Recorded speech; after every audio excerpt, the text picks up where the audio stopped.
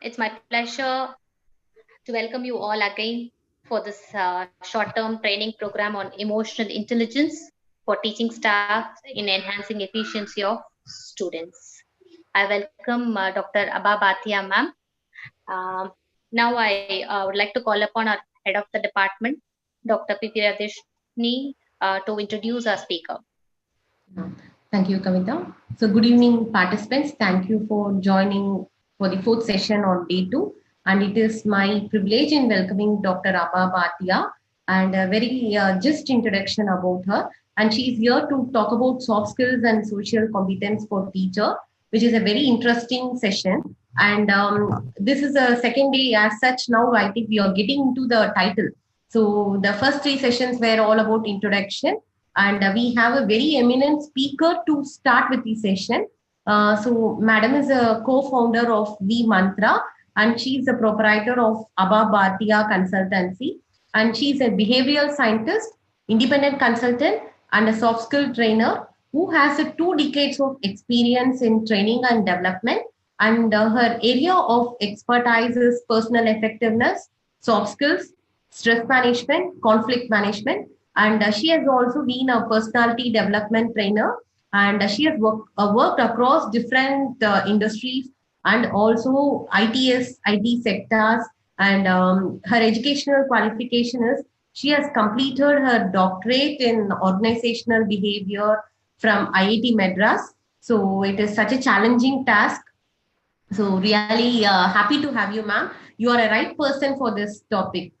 And also she has completed her post graduation in human resource management, and she has worked as across industries and also with many corporates for trainers, and she has delivered a lot of sessions.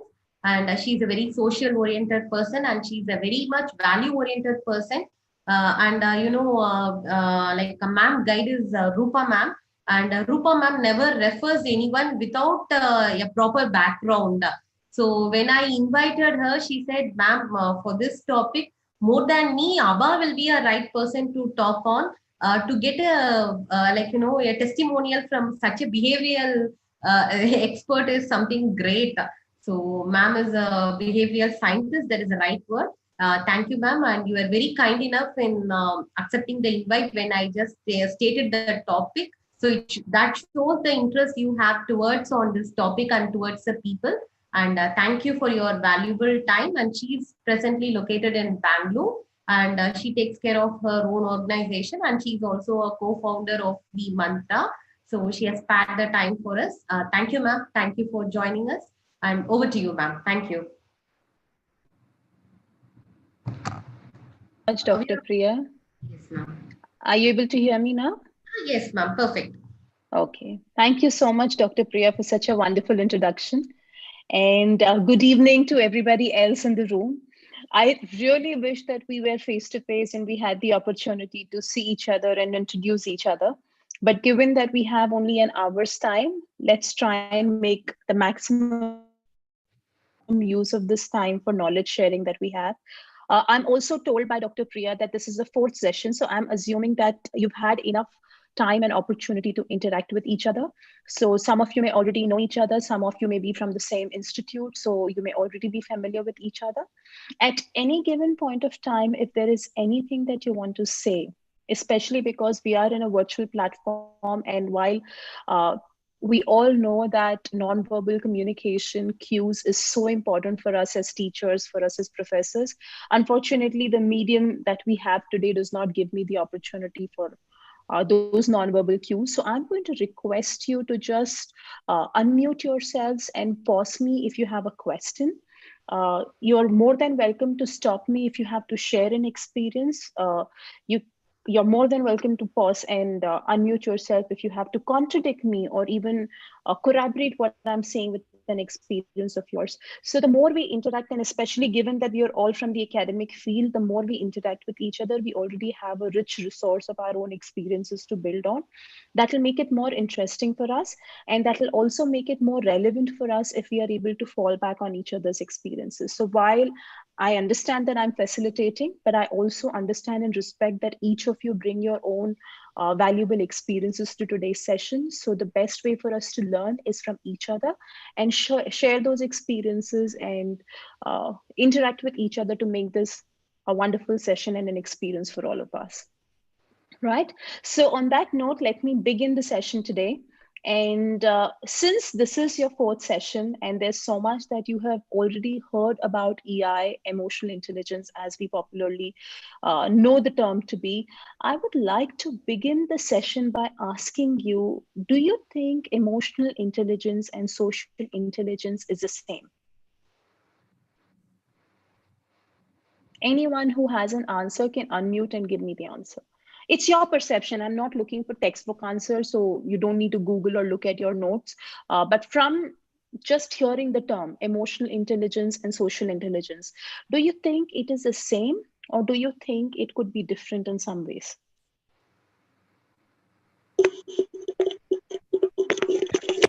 Good evening, ma'am. Anil Tiwari here. Yes, sir.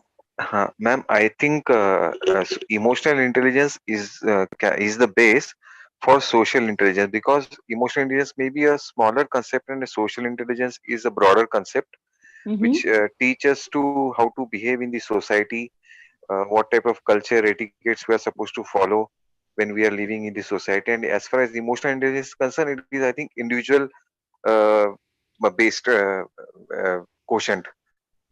Yes, ma'am. Thank you.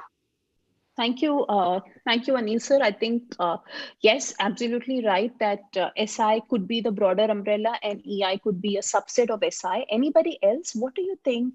Uh, if there are differences between SI and EI, emotional and social intelligence, what are these nuances or what are these differences? Anybody else would like to try?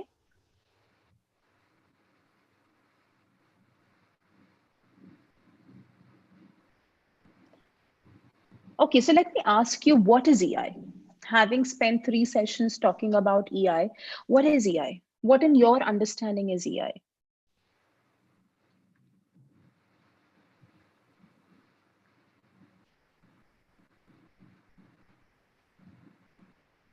When I'm doing a session for faculties, the last thing I expect is to keep asking the question again and again. I'm sure we've all gone through that. So anybody who would like to share what you think or understand by the term EI? Good evening once again, ma'am. Okay. Ma'am, I think emotional intelligence is self-awareness and self-management of all the emotions and feelings which we have, and Mm-hmm. we express. Basically, expression management, I think, is emotional management, intelligence. Thank you. Excellent. So I'm sure by now you all have a sense of what EI is. Like Anil sir said, EI is nothing but our ability to first and foremost understand ourselves. Who am I?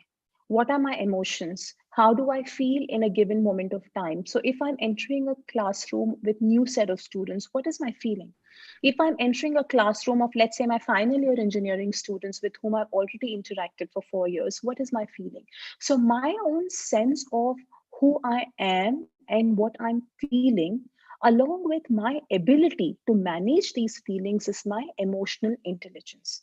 So, my ability to be aware of what it is that I'm going through, what are my emotions that I'm feeling, and my ability and competence and skill to stay in control of these emotions.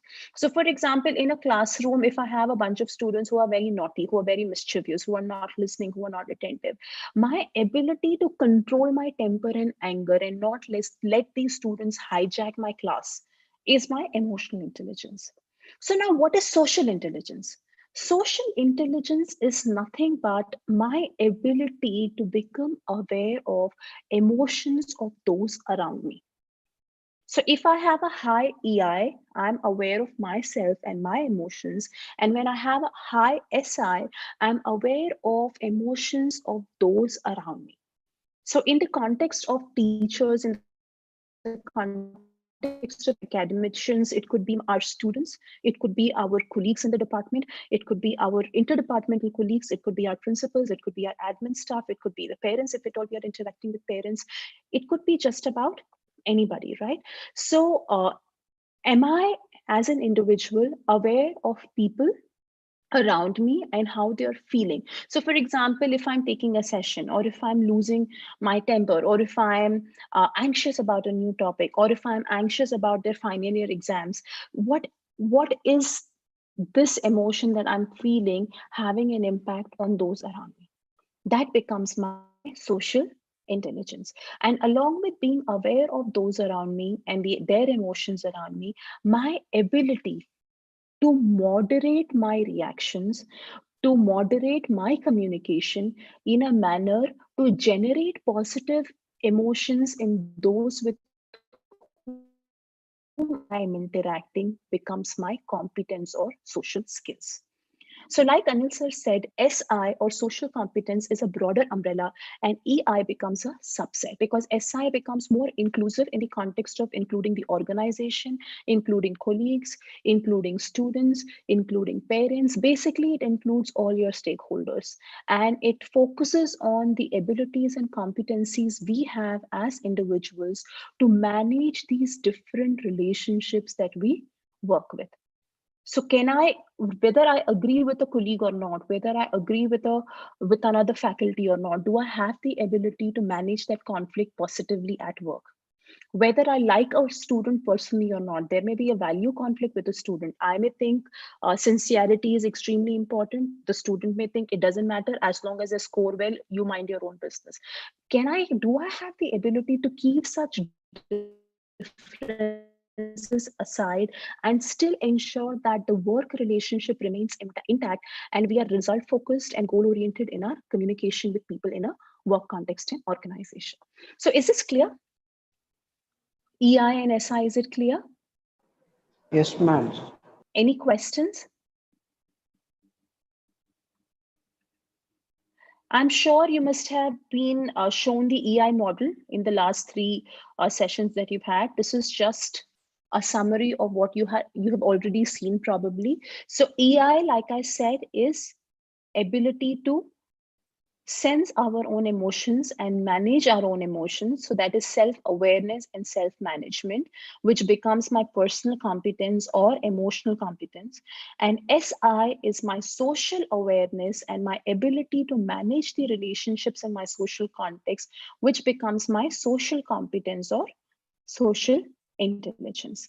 Now, while Goldman is very popularly associated with the term EI, what many people don't know is Goldman was also the one to integrate both EI and SI as concepts. So Goldman, along with Richard Boyatzis is a very popular management psychologist. He, in fact, was one of the first ones to work on competency frameworks for organizations. So Boyatzis had a proper authentic competency framework that he had standardized in 1982. There's also a book by Boyatzis called The Competent Manager. It's a very nice book. So any of you who are interested in management, Dr. Priya is from the Department of Management Studies, but the rest of you, if you have any inclination towards how engineering can be applied in management, it's a great book to read.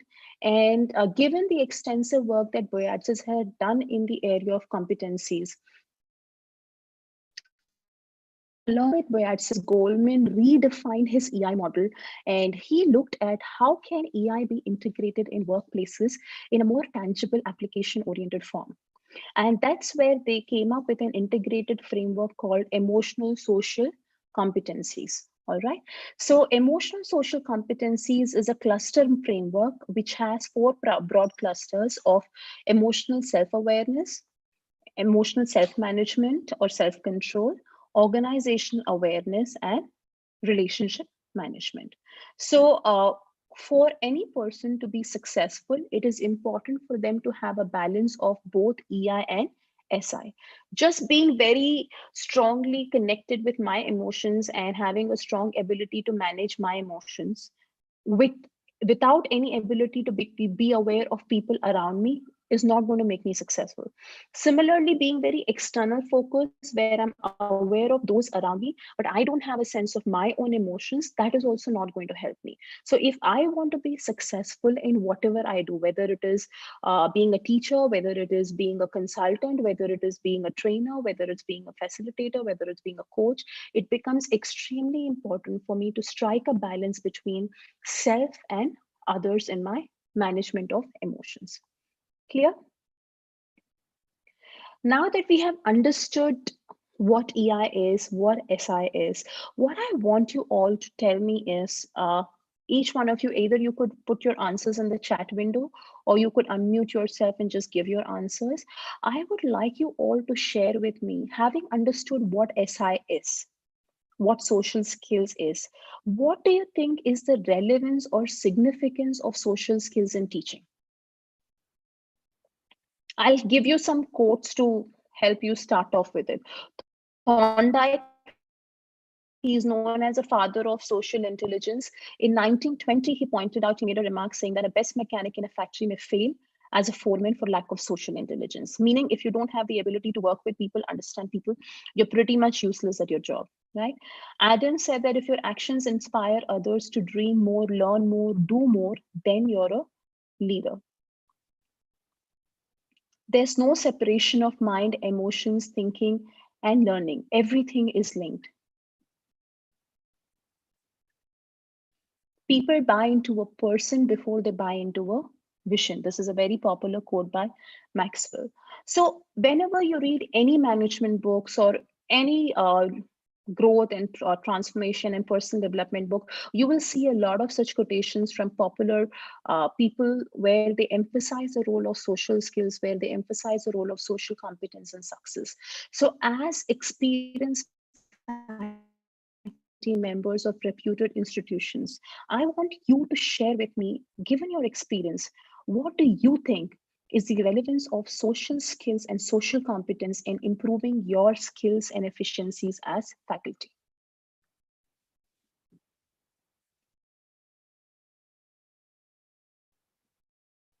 Would you like to type it in the chat window, or would you like to unmute yourself and go ahead and answer? Each person, just give me one way in which you think social skills and social competence will improve your teaching skills. Ma'am, this is Anand from Welltech School of Management. I think you Yes. already gave one example, right? The students try to disturb your class, right? It very frequently happens. Even though I just came, actually, I came from industry. Last 2.5 years only I'm working. So it is a very, I think it's a very, very important aspect of our emotional intelligence. You build a good relationship, don't get disturbed by, because students intentionally try to disturb us and distract the class. Okay, well, I think this emotional intelligence will be very, very handy. And I've experienced myself several times. Class gets distracted and we also get very irritated, right? So I think that is where this will be very, very helpful for managing the class sessions and having a healthy relationship with the other students also, when we are aware of the emotional quotient from both parties, I would say, from the students' perspective as well as from the staff's perspective. Okay, so what I hear Anand sir say is that it will help us in classroom management. So where we have difficult students to deal with, it will make it easy for us to interact with them and deal with them. That's certainly one of the benefits of being high on emotional social competence. What else? Besides classroom management, how else do we think? Uh, okay, Subha sir is saying that it will help teachers manage stressful situations and create a good learning environment. Yes, absolutely right. It will help us create a nice positive learning environment where we could create and facilitate an environment of trust, where we are showing our trust on students and students also reciprocate by trusting us for their development and learning. Good. What else?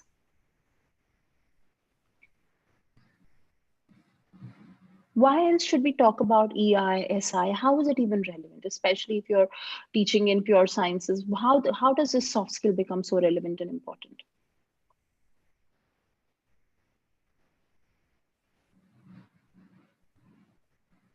Quick. Anything that comes to your mind. There's no right or wrong answer, right? This is just how you relate to this topic as a faculty.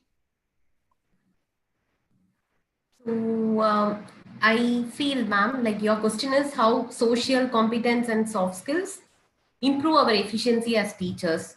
So can we Yes, say that, yes.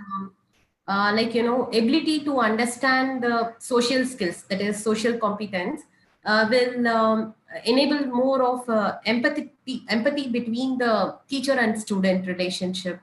Excellent, excellent, Dr. Priya. Yes, it certainly helps us be more empathetic and understanding of our students. It helps us build rapport with our students. Like I said, it helps us create a trusting environment in the classroom. What else?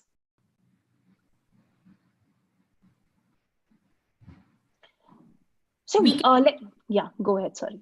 No, ma'am. Yes, we can feel like as you said, social competence and soft skills. We can feel comfortable, and they can also feel comfortable when we are together, because the social competence is about interaction in the group or the extension of a EI. What you said in the beginning of the session. So by having this skill, what we could do as a teacher is we can have a very good classroom environment which enhances the teaching efficiency. Right. Absolutely right. Okay, let me ask this question in another way. Maybe that will help us understand the relevance for teachers better. What, in your experience as teachers, as faculty, been one of the biggest challenges that we face as faculty members?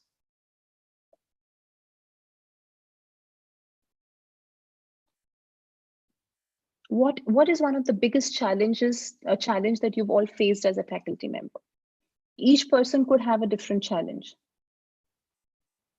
Okay, I'll start. I'll give my example. When I started teaching, one of the biggest challenges that I faced in teaching was that I could never understand the mindset of these students. Every time I met them, I felt like I was ancient and I was archaic and I was extremely old because my value systems never seemed to align with the value systems of the current generation. Anybody else who's had challenges like that?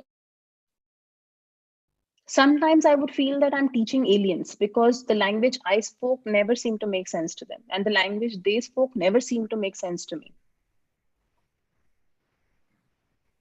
Yes, ma'am, I absolutely agree with you, ma'am. This is Dr. Anand. So their value system seems to be totally different. Very laid back attitude, ma'am. Like they just come for getting the degree, not like the sincerity we feel in the earlier generations. We really could not feel in the current set of students. Absolutely, Absolutely, right? Because yeah. I remember even today, when I was a student, if a teacher got upset with us and she walked out of the class, we would feel so terribly guilty and we would all run behind the teacher to try and pacify her and apologize to her and somehow make her happy and bring her back to class. But if you look at the current generation, it doesn't matter to them. If you're upset, it's your problem. If you ask them to get out of the classroom, they will very happily get up and leave the classroom. So things that affected us a lot does not seem to affect these students at all. So what was important to us is not important to these people at all.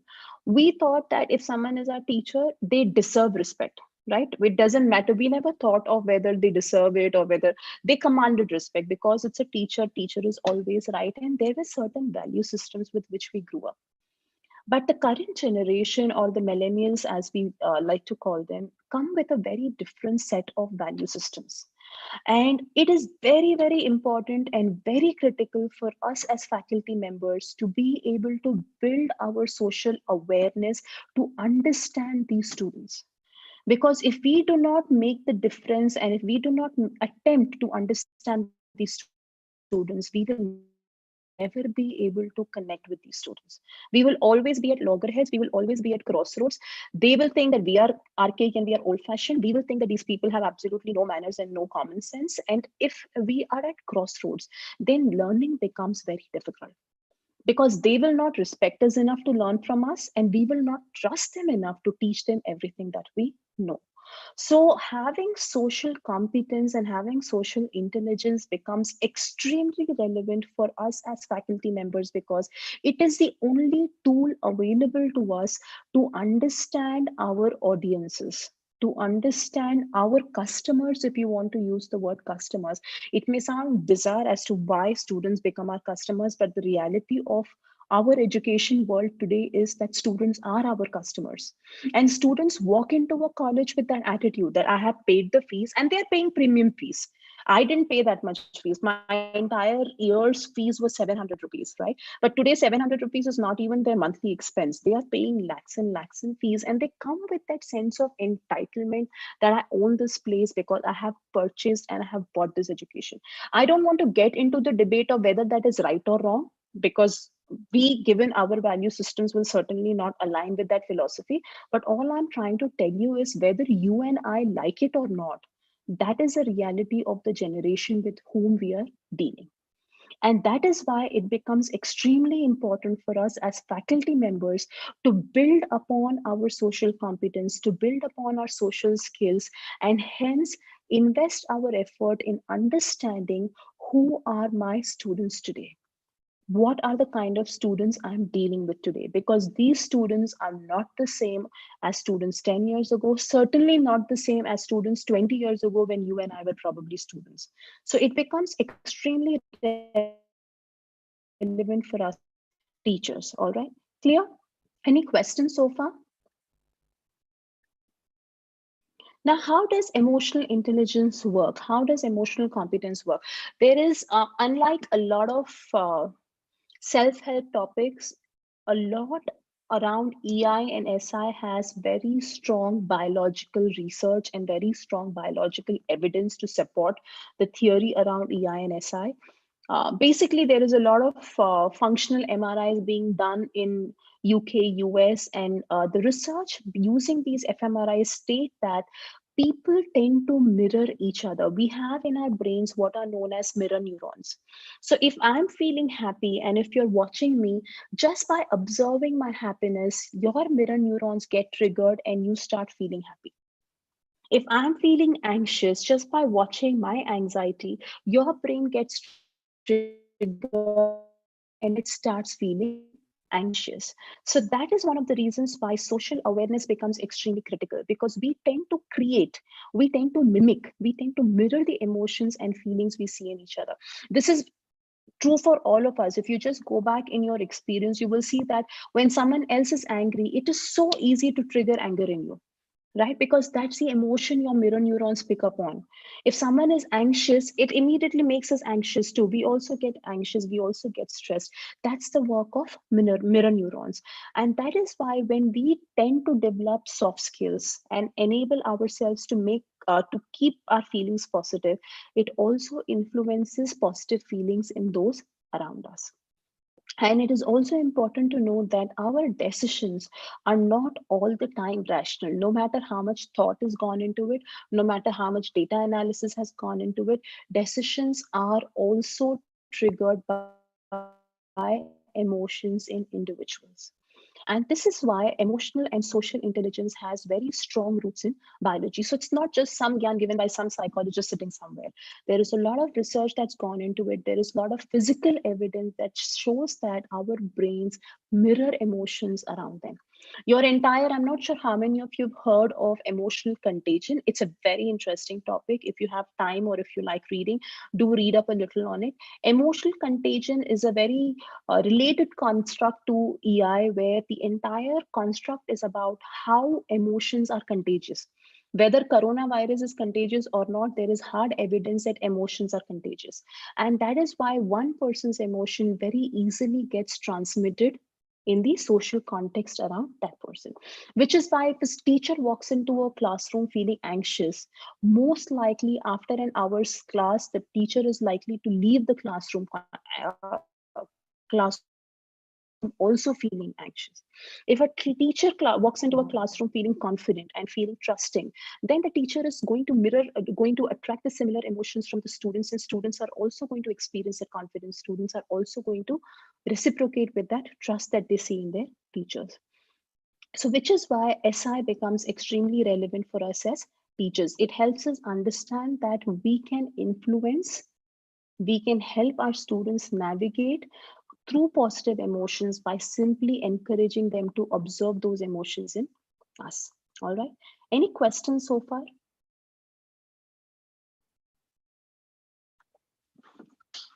Okay, when there are no questions, I don't know whether everything is clear or nothing is clear. So it will help if I get a yes or a no.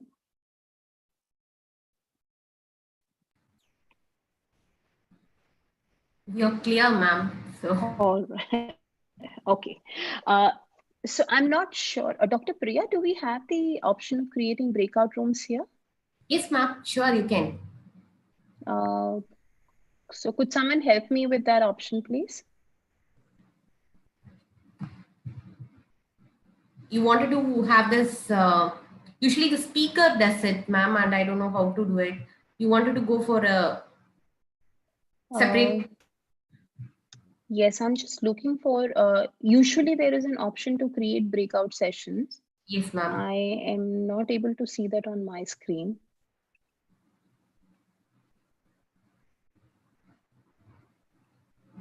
Who's the co-host here? Your co-host, ma'am. Okay, so who's the owner of the session? Like technical host, Yeah, Academy, they are doing it, ma'am. You want them to look into it? Screen. yes, because it's not, no, normally there is an option breakout rooms, but I on my screen.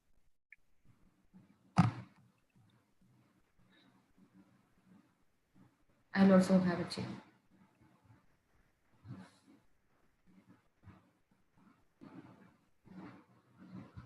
All right, while we figure out the breakout room options, if at all we are able to figure that out, what I would like you all to do is, in the meantime, start reflecting on an experience from your past. Any classroom experience where you handle the situation or you handle the issue with a certain understanding. And when you interacted with this person, this could be anybody, this could be a student, this could be your colleague, this could be the admin head, it could be the principal, it could be just about anybody, where in your experience at that point in time, you felt or you analyzed the situation in a certain way. But when you spend time talking to this person, then you realize that probably there was a lot more context to the entire situation and you could have handled the situation differently.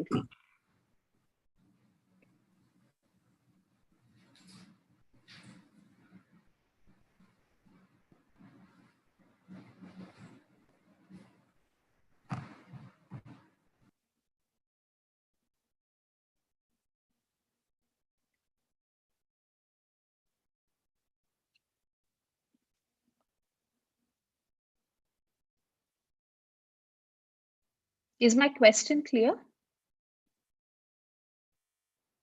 What I want you to do is, I want you all to think of a situation where you handle the situation in a certain way. And after interacting with the others involved in the situation, you realize that the situation could have been handled differently.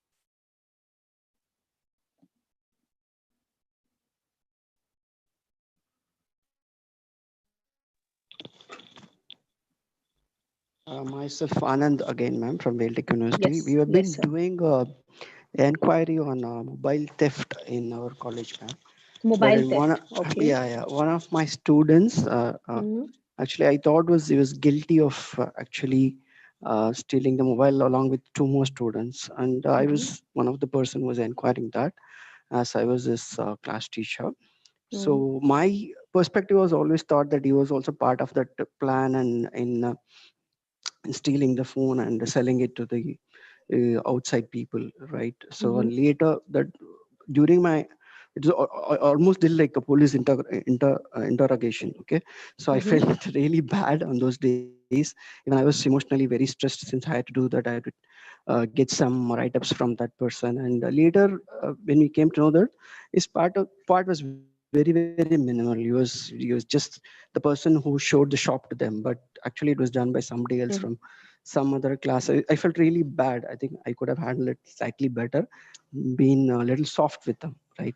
So I think that is one of my, I would say it was even my nightmare, right? I have to meet him every day after that. And still he respects me a lot even after that. And he's still our student. Yeah. Absolutely. Thank you for sharing that, Anand sir. Anybody else with a similar experience? Where with just a little bit more time and conversation, you were able to see the situation in a completely different light.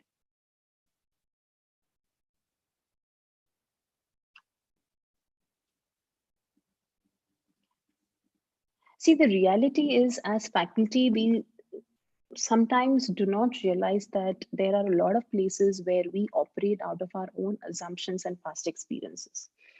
Our nature of work is such that we have been doing what we have been doing for many, many years. Even if you're not a very experienced faculty, even if you've taught for the last 2, 3 years, you've handled similar subjects, you've handled a similar age group. So there is a sense of comfort and there is a sense of monotony that sets in. There is nothing right and wrong about it. But what happens as a result, as a side effect of this experience, is that we fail to recognize that each student who walks into our classroom every year is different from every other student that we've taught. And sometimes the way a student initially reacts is not necessarily the definition of what the student is likely to become in future. I'll give you an example. When I was teaching, I was teaching the first years and I was teaching the final years. And it just so happened that in the first year, there was this bunch of 2, 3 girls in my class who were extremely playful, naughty. It didn't look like they had any interest whatsoever in studying. They will bunk classes, they will come half the time, not come half the time, more interested in makeup than interested in what's happening in class. And with great difficulty they came to third year, and in third year I was so in their final year I was so stressed because I wanted somehow everybody in my class to pass.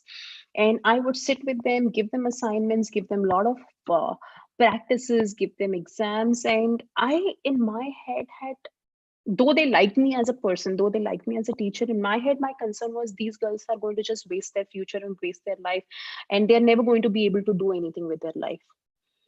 And because in my understanding, they were not serious enough about their studies. But truth be told, they not only finished their graduation, they also went on and did their post graduation. And some time back, one of them also has registered for their PhD, and she herself is a teacher now. And she wrote back to me, she spoke to me, she wanted to know if I'm guiding students and she would like to join under me. I don't, but the fact that she has made so much out of her life, and for someone who struggled to pass a paper is today doing their PhD and is already teaching in a college, it was a moment of truth for me that my perceptions about people can be wrong. Just because a person is going through a phase, it's a phase that probably she was going through when she was in college. Just because a student is going through a phase in life does not mean that we can brand the student as good or bad. We can brand the student as a success or failure. I'll give you my own example. This is way back, even before college. When I was in school, my mother tongue is Hindi.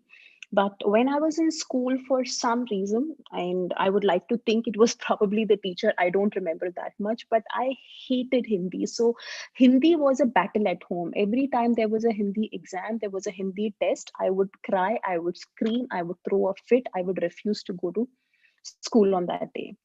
And after fifth standard, when I came to sixth standard, my Hindi teacher changed. And not just did the teacher change, my entire attitude towards the subject changed.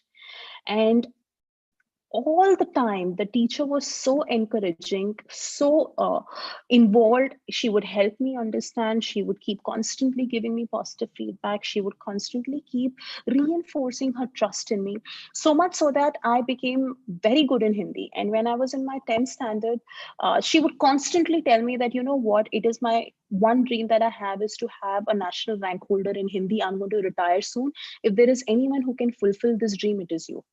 I seriously thought that she's just joking when she said that, but because she said this to me so many times, that was the first time in my life when I sat down and I probably worked on my Hindi more than I worked on my science and maths. And I did get that national rank for her in Hindi. I don't think I would have ever got it without her. So, what I'm trying to say is, as teachers, as faculty members, just by showing positive emotions, just by showing our trust and faith and respect for a student, there is so much of influence and so much of positive influence that we can bring about in that student's life, in that student's career. And that is one of the most important lessons that we all as faculties, we all as teachers need to take for ourselves, that life is 10% of what happens and it is 90% of how we react. So if a student does something wrong, the way we react is what defines the student and not the student's actions itself. And it is very difficult for us to accept that responsibility. But from my own experience, I can tell you that as a student, as a faculty, from both roles, I can tell you that when a faculty is invested in creating a positive environment for their students, there is nothing that can go wrong with that class, because there will be so much of love and respect these students can give you that there is nothing more satisfying than that.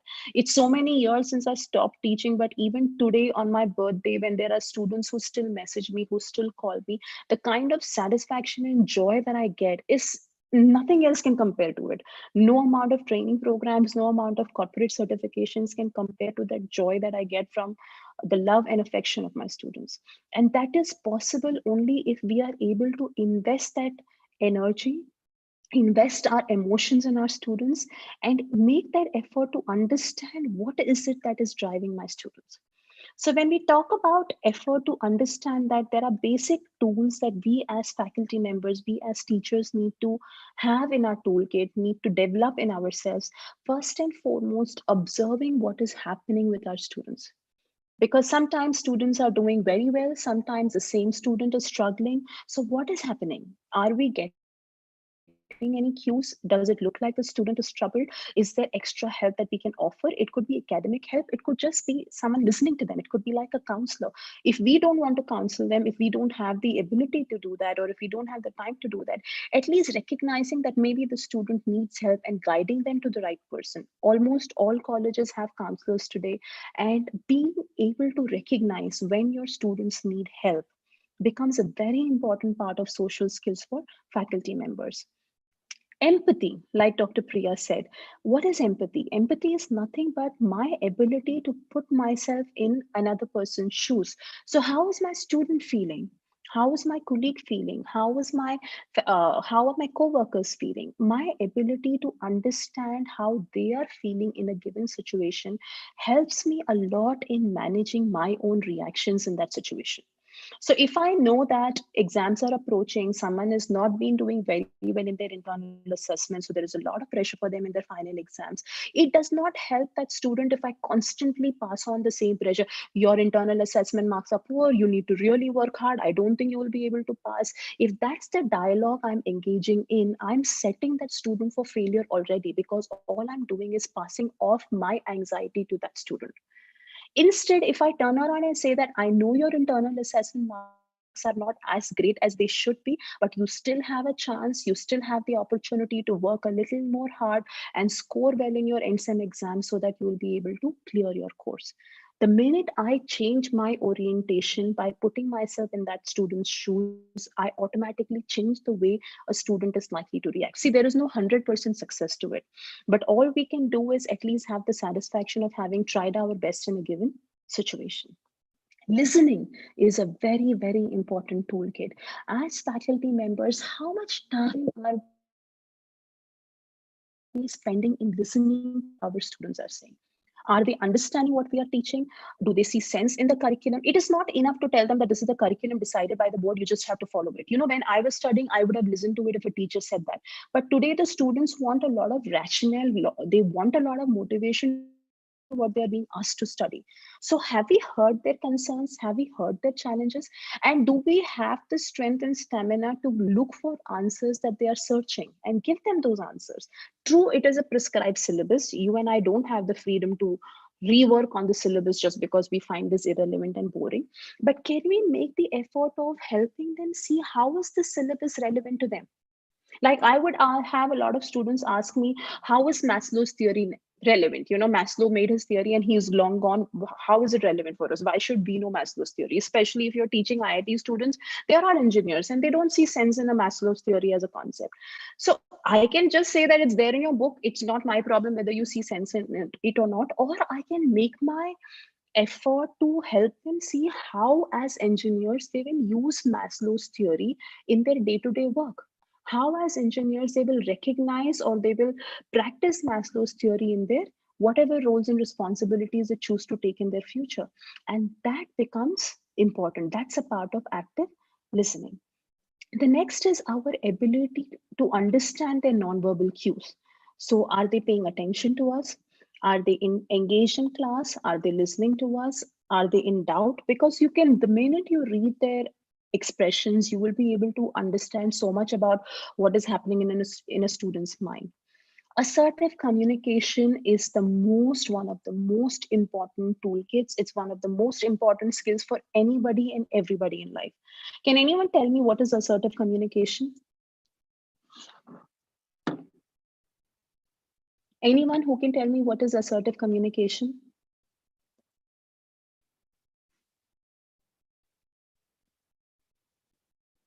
Okay, I'm going to be very assertive right now and wait for one of you to answer that before I proceed. What do you understand by the term assertive communication? Again, I'm not looking for textbook definitions. I'm only looking for your understanding. What is your understanding of the term? Good evening, ma'am. Anil Tiwari here. Yes, sir. Ma'am, I feel assertive communication is that communication through which we will be telling the points which we wish to tell, but by keeping in the mind that we are not going to hurt the person. Thank you, ma'am. Absolutely. Excellent, Dr. Anil. Thank you so much for that. We can also being polite also, madam. The way we say, not affecting his ego. We see that we are able to explain our stance clearly to him. Absolutely, absolutely, Satya sir. So assertive communication, like Satya sir and Anil sir have said, is nothing but our ability to express our emotions, ideas, feelings, and thoughts without hurting the other person. So I am very firm in what I think. At the same time, I'm very respectful in communicating that. I don't have to call you names. I don't have to be rude to you. I don't have to judge you. I don't have to be impolite. I can be extremely firm while I am still sounding respectful to you. That is assertive communication. And it is one of the most important skills to learn as teachers. I can tell you how hurt I have been in life just because some teachers did not communicate assertively. Many times, as teachers, and it's not easy. I completely understand the challenges of this role because we are dealing with 50, 100, 200 students at a time, and they can really test our patience more than anything else in life. But that still does not give us the right to be aggressive with them or to hurt their egos, because we are defining their personalities, we are defining their experiences all through our interaction. So learning how to be assertive in our communication, be firm, be strict, but at the same time, it's important not to get personal, not to get judgmental, not to get into egos, but rather focus on issues at hand. Being open minded. So if a student has a better idea, why not? Let's try it. Let's do it differently. As long as learning as a goal is being achieved, it does not have to be my way. It can be a different way. It can be probably it can be a better way. So open to ideas, open to feedback, open to suggestions. That is also very important as teachers for us to build in our social skills. Being humble. We are the owner of our classroom. We are the king of our classroom. We own the classroom, but that does not mean that we are egoistical about it. It is very important that as someone who owns that class, we bring with us a humility that is needed, because that humility will inspire our students also to practice humility in their lives. All right. Any questions on any one of these skills? There are many skills under social intelligence and competencies, but I have only chosen some of the common and most powerful skills that you and I need to develop as teachers. Any questions on any of it, or any experience that any of you would like to share? May I add, ma'am? Yes, Vanita. Yes, ma'am, since you spoke about the assertive communication, I would like to extend this further by adding courteously candid. At the same time, when we are being candid with someone, we will see to it that we are so courteous in nature that we are not carrying any stereotypes with us. For example, Absolutely. yeah, parent teacher meeting where we can practice our social intelligence by fostering positive feelings, also showing or confiding in our students, because we also know them the way they are, and parents also know the way they are. So in that case, we can have a bridge, and that bridge can help us to develop more, and the exchange will be assertive communication at that point of time. Absolutely. Thank you for that, Dr. Vanita. Ma'am, Absolutely. to add with, we have grown whether learning a language or anything by following LSRW, listen, speak, read, write. but we have forgot the basics. That is too much of importance given to reading, writing, and other thing, that we forgot to listen and to do the observation and other thing. We forgot the fundamental blocks or basics. And we have become too judgmental also. That is why this open-mindedness, empathy, all these things have gone. Even when we are children, we used to share and care for others. But over a period of time, all these things have been lost. The fundamentals itself has become a question nowadays. And sir, that is our biggest strength, because I can tell you from experience that as students, as teachers, when we show little bit of care, no, if we are, all we have to do is take 2 steps, and I can guarantee that your students will take 20 steps towards you, because no matter how deteriorated the value systems has become, the fact is that today's students are so lost because they are not getting, see, you and I were lucky because we got so much of attention from our parents. Our parents had all the time in the world. We were the priority for our parents.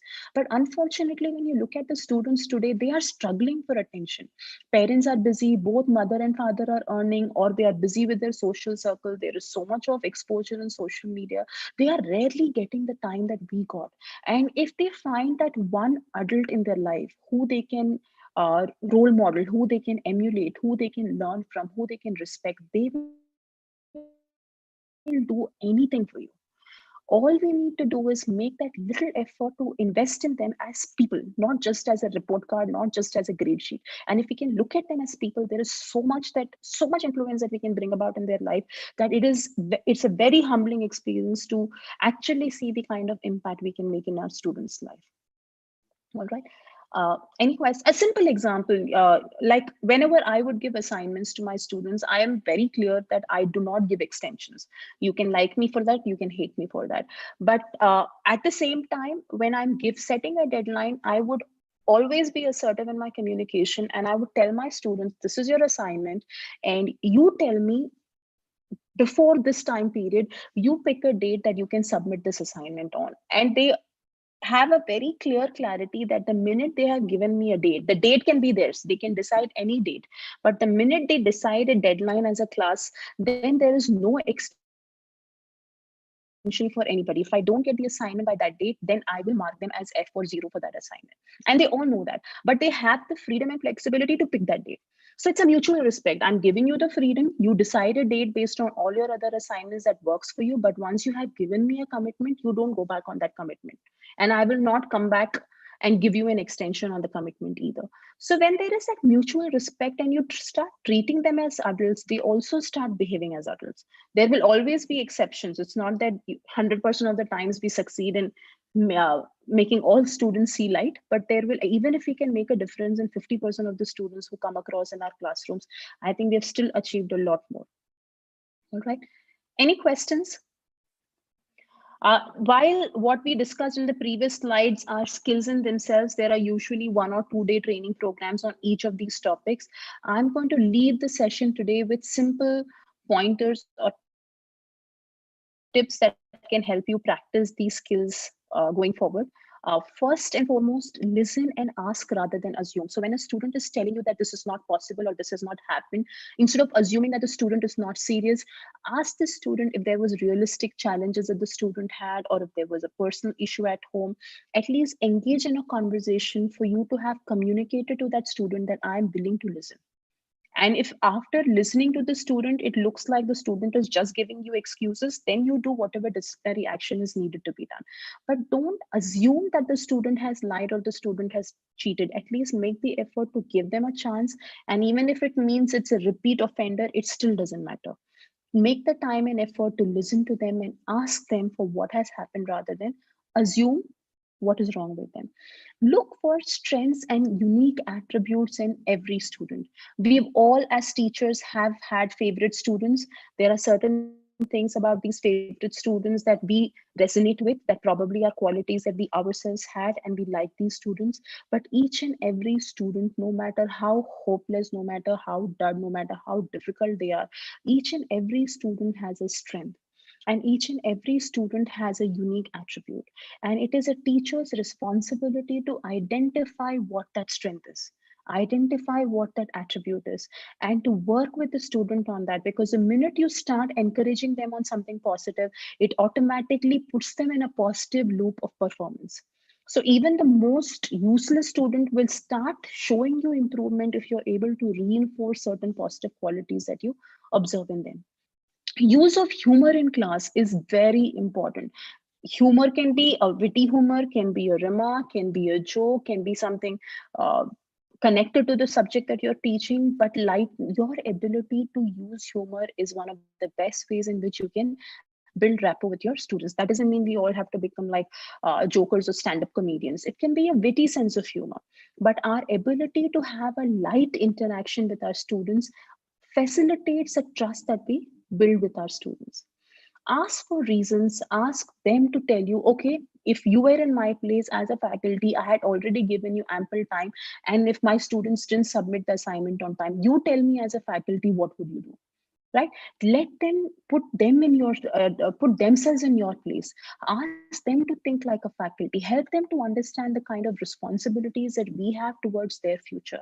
And that makes a lot of difference, because many times they just look at us as jailkeepers, as jailers, that we are there to monitor them. Help them understand that we are not just jailers, but we are actually their guides, helping them to craft and draft their own futures and roadmaps. So when we help them do that, automatically they start respecting us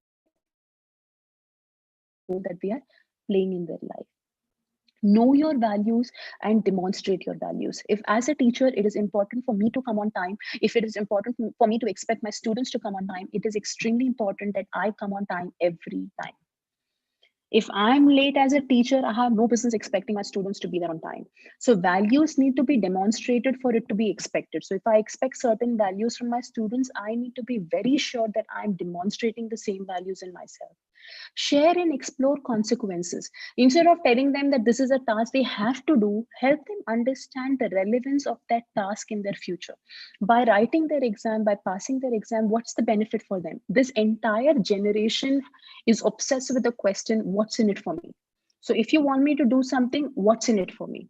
If you want me to pass an exam, what's in it for me? If you want me to get a degree, what's in it for me? They are constantly looking for what is my advantage, what is the benefit, why should I do what you are asking me to do? So help them see those consequences, help them explore those consequences, and most importantly, constantly ask them for feedback, constantly check with them. Are they okay with the class? Would they like something else? Would they like to do something different? It becomes extremely important to constantly receive that feedback from them for us to grow as faculty members and teachers. Right? Any questions? If no questions, I'm going to end today's session with a very simple tool that you can use very regularly. I use this very often in all my classrooms and colleges, as well as in my corporate training programs, which is known as the power of strokes.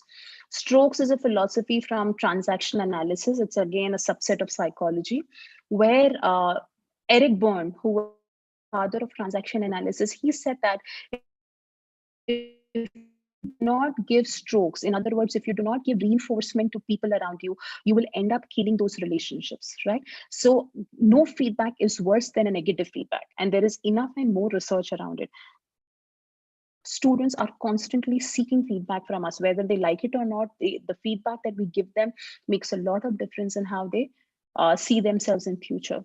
So there are different types of strokes that you can use. The first type is positive conditional, meaning you give a reinforcement, you give a feedback when someone does something right. If they've done an assignment right, if they've done a presentation right, whatever may be the work that you've assigned to them, if it is done right, or if their behavior is very engaging in class, appreciating them that your interaction in class today was great.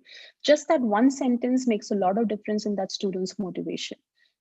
Positive unconditional, they don't have to do anything, but we can still give them positive reinforcements, like it's completely no strings attached.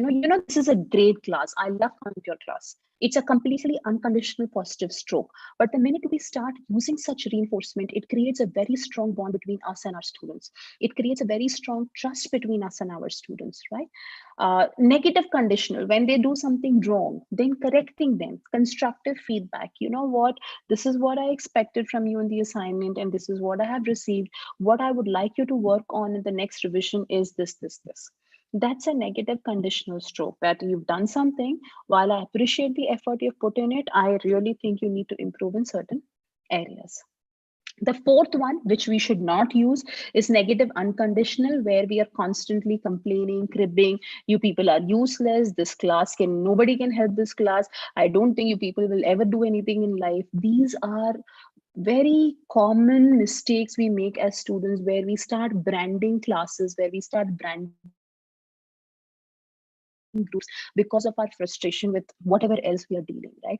And it's very important to be conscious and not use such strokes, because they can leave a very long lasting impact on a student's psyche.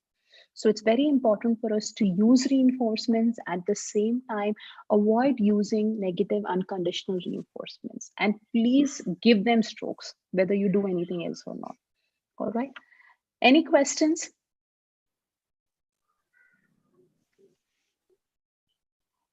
We are at an hour since we started, so any questions before I hand over the session back to Dr. Priya?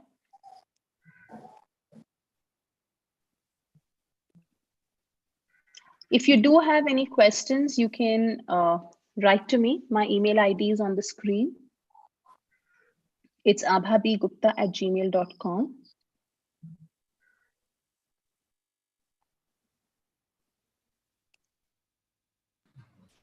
Participants, any questions? All right, if no questions, thank you very much.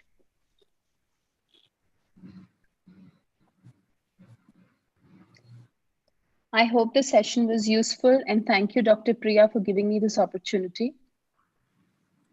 Thank you, ma'am. Your session was very nice. Moreover, it was thought-provoking. Like, we all have to think something in a different dimensions. So we hear the different things from different people, from different speakers also. So yours was more oriented more towards understanding people, and then you did insist more on listening. That is something very challenging for teachers. I think that is useful for our personal life also. As we are used to speaking, we are always in the mode of sending messages than receiving the messages. Even the last four strokes which you have mentioned is all based only when we are a good listener, we could understand those things. So a very valuable point I have taken from this session, ma'am, and also about social skills and competence, and how to handle students, and how to not have any we should not be like judgmental. So that these people are like that, and we should never be judgmental. You have stated so many with very good examples. So thank you, ma'am. It was very nice, and I had a lot of feedback.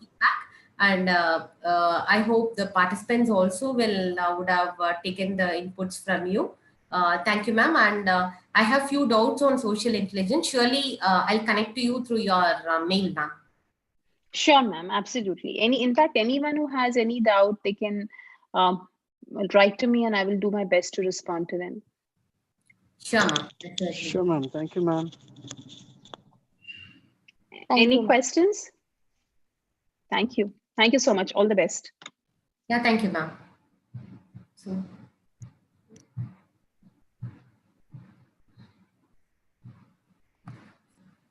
thank you, participants. So we wind up for the day. Thank you all. And thank you so much, Abha, ma'am. So thank you, ma'am. Yeah, hope to meet you in some other forum, and we get to know more about social intelligence and how to practice it. Sure. Thank you so much. Pleasure. Thank you for inviting me. Thank you, ma'am. Bye, Thank ma'am. you. Bye.